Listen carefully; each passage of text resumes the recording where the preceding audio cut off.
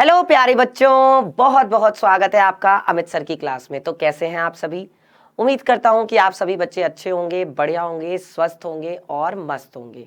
तो प्यारे बच्चों, जैसा कि आप देख पा रहे हैं कि आज जो हमारा चैप्टर है वो वही है, चैप्टर नंबर 5। और इसमें आज हम पढ़ने जा रहे हैं बच्चों कोणों के बारे में। किसके बारे में पढ़ने जा रहे हैं आज हम? कोणों के बारे में। कोण क्या होता है और कोणों के प्रकार कौन कौन से हैं, कितने प्रकार के कोण होते हैं, क्या क्या उन्हें नाम दिए गए हैं।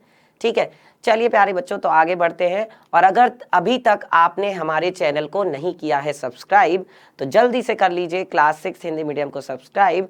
और जैसे ही प्यारे बच्चों आप सब्सक्राइब करेंगे, बेल आइकन प्रेस करेंगे, आपके पास क्लास की नोटिफिकेशन आ जाएगी। ठीक है, इसके बाद अब देखते हैं कि आज की क्लास में हम लोग क्या सीखेंगे। तो बेटा आज हम सीखेंगे, एक तो कोण क्या होता है और दूसरा हम ये सीखेंगे कि कोणों के प्रकार कौन कौन से हैं। कोणों के प्रकार ये भी हम लोग सीखने जा रहे हैं। कोणों के प्रकार कौन कौन से कोण हैं, उन्हें क्या क्या नाम दिए गए हैं, इन सब के बारे में बात करेंगे। ठीक है, तो सबसे पहले प्यारे बच्चों बात करते हैं कोण के बारे में कि कोण क्या होता है। देखो बेटा, जब कोई एक किरण होती है, देखिए जैसे ये कोई किरण जा रही है और किन्हीं दो किरणों का क्या होता है, प्रारंभिक बिंदु जो होता है वो एक ही होता है। किन्हीं दो किरणों का जब प्रारंभिक बिंदु एक ही होता है तो उसको हम क्या कहते हैं बच्चों? उसको हम कहते हैं कि उनके बीच का जो घुमाव होता है वो आपका कोण कहलाता है। उनके बीच में जो घुमाव है, ठीक है, या आप ऐसे समझ सकते हैं कि जब दो रेखाएं किसी एक बिंदु पर एक दूसरे को क्या करती हैं? प्रतिच्छेद करती हैं, यानी कि काटती हैं। आप देख पा रहे हैं कि ये दोनों रेखाएं एक दूसरे को किसी बिंदु पर जब प्रतिच्छेद करती हैं तो वहां पर क्या बनते हैं बच्चों? कोण बनते हैं। जैसे ये एक कोण बन रहा है, एक कोण ये बन रहा है, एक कोण ये बन रहा है और एक कोण ये बन रहा है। ठीक है, समझ में आ रहा है सबको? जब दो रेखाएं क्या करती हैं? किसी बिंदु पर एक दूसरे को काटती हैं, या जब दो किरणों का प्रारंभिक बिंदु एक ही होता है तब क्या बनते हैं बच्चों? कोण बनते हैं। ठीक है, इसके बाद अगली चीज क्या है बच्चों? अब ये जो कोण बन रहे हैं इनके प्रकार कौन कौन से होंगे, ये किस किस तरह के हो सकते हैं? तो इसमें आता है बच्चों सबसे पहले समकोण। इसमें एक तो आता है आपका समकोण। ठीक है, समकोण किसको कहते हैं बच्चों? समकोण उसे कहते हैं कि जब किन्हीं दो किरणों के बीच में क्या हो बेटा? 90 डिग्री का घुमाव हो। कितने का घुमाव हो? 90 डिग्री का अगर घुमाव है तो 90 डिग्री के घुमाव को बच्चों हम लोग क्या कहेंगे? समकोण कहेंगे। 90 डिग्री के घुमाव को क्या कहेंगे बच्चों? 90 डिग्री के घुमाव को हम लोग समकोण कहेंगे। ठीक है, इसके बाद अगली देखते हैं बात। तो अगली बात क्या है भाई? जो 90 डिग्री का घुमाव है उसे हम कहेंगे समकोण। ठीक है, अच्छा इसके बाद अगला देखते हैं। अगला क्या है? ये देखो, ये भी क्या है बच्चों? 90 डिग्री है। ठीक है, जो हमारा वर्ग होता है ना, वर्ग में भी क्या होते हैं? 90-90 डिग्री के कोण होते हैं। आयत जो होता है उसमें भी 90-90 डिग्री के कोण होते हैं। ठीक है, इसके बाद आता है बच्चों ऋजु कोण। ऋजु कोण किसे कहते हैं? तो बेटा एक जो सीधी रेखा होती है ना, ये जो सीधी रेखा होती है इसका जो ये पूरा का पूरा कोण होता है इसको हम क्या कहते हैं बच्चों? 180 डिग्री का कोण होता है। ये 180 डिग्री का कोण, तो 180 डिग्री के कोण को कहा जाता है ऋजु कोण। 180 डिग्री के कोण को क्या कहा जाता है बच्चों? ऋजु कोण कहा जाता है, या इसे हम रेखीय कोण भी कहते हैं। क्योंकि क्या करता है कि ये जो पूरा का पूरा कोण है ये एक रेखा का निर्माण करता है, ये एक रेखा बनाता है। तो ये एक रेखा बना रहा है, एक रेखा का निर्माण कर रहा है, इसलिए इसे हम क्या कहते हैं? ऋजु कोण कहते हैं। यानी कि ये 180 डिग्री का कोण होता है। समझ में आ रहा है बच्चों सबको? बताओ जल्दी से, यहाँ तक सबको क्लियर है? चलिए अब कुछ एग्जाम्पल देखते हैं जो हमारे पास है जिसमें 90 डिग्री का कोण हम लोग देखने को मिलता है। ठीक है, जैसे आप देखिए घड़ी में जब क्या बजते हैं। अब देखो घड़ी में मान लीजिए घड़ी की सुई यहाँ से ऐसे थी, घड़ी की सुई इस तरीके से थी, घड़ी की सुई 12 पे, और घूमते घूमते घूमते घूमते घूमते घूमते घड़ी की सुई पहुँच जाती है किस पर? घड़ी की सुई पहुँच जाती है 6 पर। तो जब घड़ी की सुई 12 से 6 पर पहुंच गई तो मतलब ये कितना कोण हो गया? 180 डिग्री का कोण हो गया। और ये जो 180 डिग्री का कोण हुआ इसे ही हम क्या कहेंगे? ऋजु कोण कहेंगे। इसे हम क्या कहेंगे बच्चों, इसे हम कहेंगे ऋजु कोण। ठीक है, अब यहाँ पर आप देख रहे हैं कि जब एक सुई 9 पर है और एक सुई 6 पर है, तब बच्चों इनके बीच का जो ये कोण है ये कितना है। जब एक सुई 9 पर है और एक सुई 6 पर है, तब इनके बीच का जो कोण है इसको हम कह रहे हैं 90 डिग्री का कोण। ठीक है, तो ये क्योंकि क्या है, समकोण है। और यहाँ पर हम देख पा रहे हैं कि जब एक सुई किस पर है, 1 पर है, और एक सुई किस पर है, 2 पर है, तो जब 15-15 मिनट का अंतराल होता है, 15-15 मिनट के अंतराल पर बेटा 90 डिग्री के कोण बनते हैं। 15-15 मिनट के अंतराल पर बच्चों 90-90 डिग्री के कोण बनते हैं। ठीक है, इन सबको हम क्या कहेंगे, समकोण कहेंगे। ये भी समकोण है, ये भी समकोण है। ठीक है, अगर मान लो कि यहाँ पर 3 लिखा हुआ है, यहाँ पे 12 है, तो मान लीजिए एक सुई 12 पे है और मान लीजिए एक सुई 3 पे है, तो 12 और 3 पर जब सुइयां होंगी तब भी कोण कितना होगा, 90 डिग्री का कोण होगा। तब भी कोण कितना होगा, 90 डिग्री का होगा। ये चीज़ है। चलिए इसके बाद आगे बढ़ते हैं और फिर हम लोग बात करते हैं कोणों के प्रकार में। अब कौन कौन से कोण बचते हैं। इसके बाद बेटा आता है आपका न्यून कोण। इसके बाद कौन सा कोण आता है, न्यून कोण। अब न्यून कोण कौन सा कोण होता है, तो बेटा जो न्यून कोण होता है वो कोण होता है जो 90 डिग्री से छोटा होता है।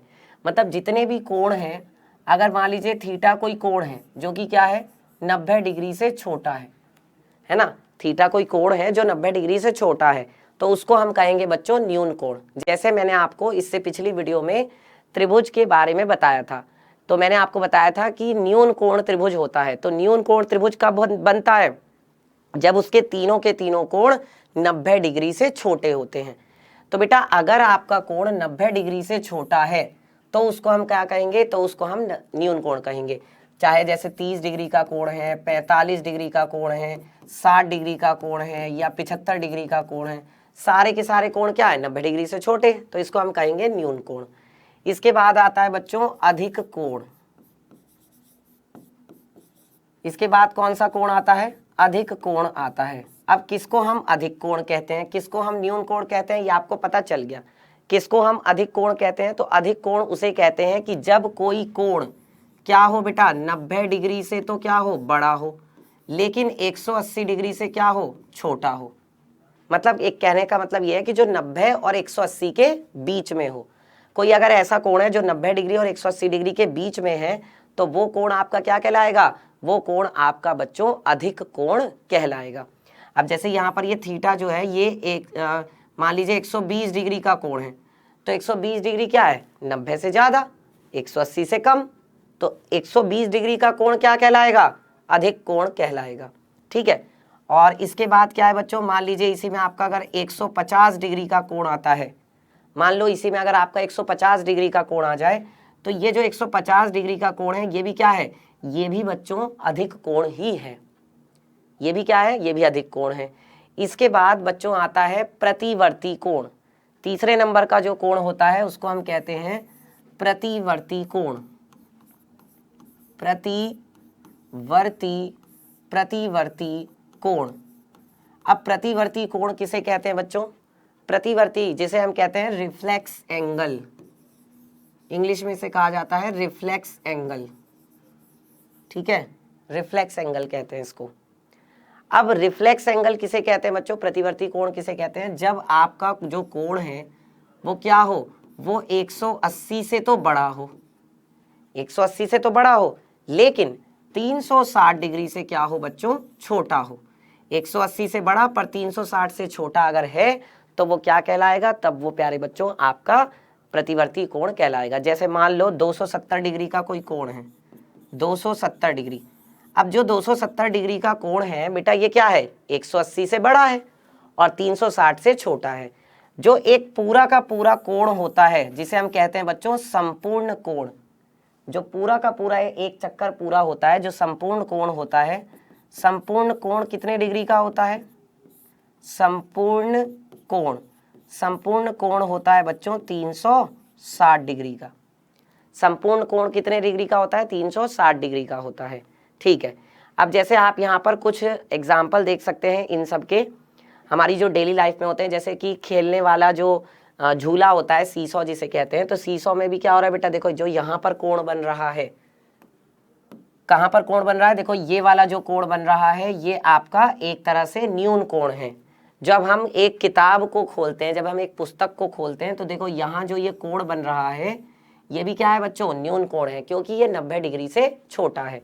फिर आप यहाँ पर आ जाइए, जो छत का ऊपरी सिरा है, छत के ऊपरी सिरे में भी आप क्या देख रहे हो, ये वाला जो कोण है बच्चों ये भी 90 डिग्री से कम है, मतलब 90 डिग्री से छोटा है। अगर 89 डिग्री भी है ना, यदि 89 डिग्री भी कोण है तो ये भी बच्चों न्यून कोण ही कहलाएगा। ठीक है, ये सारे के सारे न्यून कोण के एग्जाम्पल हैं।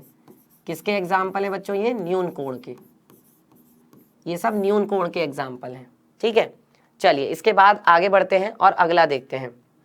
अगला जो है बच्चों वो है अधिक कोण का एग्जाम्पल।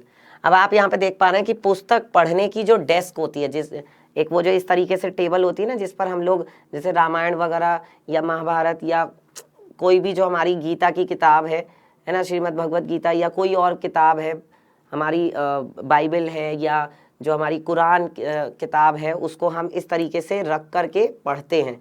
तो वो जो स्टैंड है बेटा, वो स्टैंड कैसा है, वो स्टैंड जो है बेटा वो यहाँ पर ये जो कोण बन रहा है उन दोनों के बीच में, वो कैसा कोण है बच्चों, अधिक कोण है। ये आपका अधिक कोण है, ये आपका कैसा कोण है बच्चों, अधिक कोण है। ठीक है, इसके बाद बच्चों बात करते हैं प्रतिवर्ती कोण की। प्रतिवर्ती कोण भी जाना था हमने। प्रतिवर्ती कोण कैसे, जब आपका कोण बेटा 180 से ज्यादा हो। देखो अगर यही सुई कहाँ पर होती, 6 पर होती, अगर यही सुई 6 पर होती तो यहाँ से लेके यहाँ तक का कोण कितना हो जाता, 180 होता। लेकिन अब ये सुई 6 पर ना होकर के 7 पर है, तो अब ये कोण पूरा यहाँ से लेके यहाँ तक नापा जा रहा है। ठीक है, तो जो ये कोण पूरा आपका नापा जा रहा है वो कहाँ से कहाँ तक नापा जा रहा है, पूरा यहाँ से लेके यहाँ तक। ठीक है, इसका मतलब ये कोण 180 से ज्यादा है।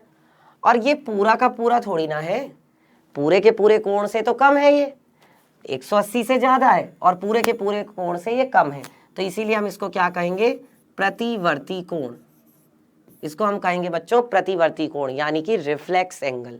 ठीक है, जब घड़ी में 7 बजते हैं तो जो घड़ी की ये सुइयां अगर आप इधर की तरफ से देखें तो ये प्रतिवर्ती कोण है। ठीक है, सबको आ गया समझ में। चलिए तो प्यारे बच्चों अब कुछ एग्जाम्पल देखते हैं और यहाँ पर देखते हैं कि इनको हम क्या क्या नाम दे सकते हैं। देखो ये वाला कोण जो है बच्चों ये 90 डिग्री से क्या है, कम है, तो ये तो आपका क्या हो गया, न्यून कोण हो गया। जो 90 से कम है वो क्या हो गया, न्यून कोण। यहाँ पर अगर ध्यान दें, अगर ये कुछ इस तरीके से ऐसे सीधे जाता तो ये क्या होता, समकोण होता, मतलब 90 डिग्री। पर अभी क्या है, अभी ये कोण यहाँ से लेके पूरा यहाँ तक है, मतलब ये कोण 90 से ज्यादा है। अगर 90 से ज्यादा है तो ये क्या कहलाएगा बच्चों, अधिक कोण कहलाएगा। ये वाला कोण अधिक कोण है, क्यों, क्योंकि बच्चों ये 90 से ज्यादा है, और अगर जब आप इसको ऐसे बढ़ाते तो ये 180 होता, मतलब 180 से कम है। 90 से ज्यादा, 180 से कम, अधिक कोण। अच्छा यहाँ पर अगर ध्यान दें तो ये देखो, ये आपका जो है बेटा ये वाला जो कोण है ये कौन सा कोण है, ये आपका समकोण है। ये कौन सा कोण है बेटा, ये आपका समकोण है, यानी कि 90 डिग्री का कोण है। इसको हम कहते हैं बच्चों 90 डिग्री का कोण, और उसको हिंदी में कहते हैं समकोण। यहाँ पर अगर ध्यान दें तो देखो ये वाला जो कोण आपको नीचे की तरफ दिया गया है, ये कोण बच्चों 180 से ज्यादा है, क्योंकि या तो आप इसको इधर, इस रेखा को इधर बढ़ाओ तब भी देख लो 180 से ज्यादा है, या आप इस रेखा को इधर बढ़ाओ तो भी ये वाला कोण यहाँ से लेके यहाँ तक है, हर तरह से ये वाला कोण 180 से ज्यादा है। इसका मतलब 180 से ज्यादा और 360 से कम है, तो ये आपका प्रतिवर्ती कोण है। ये कौन सा कोण हुआ, ये आपका प्रतिवर्ती कोण हुआ। अब अगर यहाँ पर बात की जाए तो आप देख पा रहे हैं कि ये जो कोण है बेटा ये एक रेखा का निर्माण कर रहा है। किसका निर्माण कर रहा है, ये वाला कोण एक रेखा का निर्माण कर रहा है, यानी कि ये 180 डिग्री का कोण है। जो एक रेखा बनाता है वो 180 डिग्री का कोण होता है, और इसको हम क्या कहते हैं, इसको हम कहते हैं बच्चों ऋजु कोण। इसको क्या कहा जाता है, इसको कहा जाता है बच्चों ऋजु कोण। ठीक है, चलिए अब अगर यहाँ पर ध्यान दिया जाए तो यहाँ कौन कौन से कोण बन रहे हैं। देखो ये वाला कोण बन रहा है और ये वाला कोण बन रहा है, और ये दोनों ही कोण जो है बच्चों ये 90 डिग्री से कम है, 90 डिग्री से छोटे हैं, इसलिए इन दोनों को हम क्या कहेंगे, इसलिए इन दोनों को हम न्यून कोण कहेंगे। इसलिए इन दोनों को हम क्या कहेंगे बच्चों, न्यून कोण कहेंगे। चलिए, मुझे उम्मीद है, मुझे आई होप कि आप लोगों को ये सारा अच्छे से समझ में आ गया होगा कि कोण क्या होते हैं, कोणों के प्रकार क्या क्या हैं, कौन कौन से प्रकार हैं। ठीक है, चलिए तो प्यारे बच्चों अब हम बढ़ते हैं आगे, और आज के लिए बस इतना ही, बाकी हम लोग पढ़ेंगे नेक्स्ट वीडियो में। तो बच्चों देखो, आज हमने जो जो सीखा वो बहुत इंपॉर्टेंट है, और अगर आपको मज़ा आया, आपको वीडियो पसंद आई, आपको सारी चीज़ें अच्छे से समझ में आ गई, तो लाइक करना ना भूलें, और हमारा जो चैनल है क्लास 6 हिंदी मीडियम, इसे क्या कर लीजिए, सब्सक्राइब कर लीजिए, ताकि तुरंत आपके पास नोटिफिकेशन आ जाए। मिलते हैं फिर आपसे नेक्स्ट वीडियो में, तब तक के लिए tata bye bye, take care.